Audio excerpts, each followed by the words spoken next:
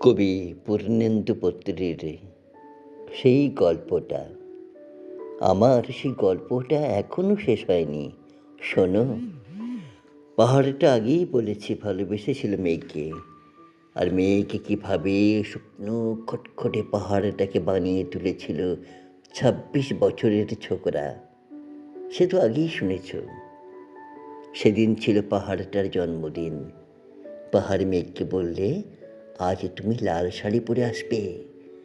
মেঘ পাহাড়কে বললে, আজ তোমাকে স্নান করিয়ে দেব চন্দন জলে। ভালোবাসলে নারীরা হয়ে যায় নরম নদী, পুরুষেরা জ্বলন্ত কাঠ। সেইভাবেই মেঘ ছিল পাহাড়ের আলিঙ্গনের আগুনে, পাহাড় ছিল মেঘের ঢেউ জলে। হঠাৎ আকাশ জুড়ে বেজে উঠল ঝড়ের জগঝম্প। ঝাঁকড়া চুল উড়িয়ে ছিনতাইয়ের ভঙ্গিতে ছুটে এলো এক ঝাঁক হাওয়া। মেঘে না চলে টান মেরে বললে, ওঠ ছড়ি, তোর বিয়ে।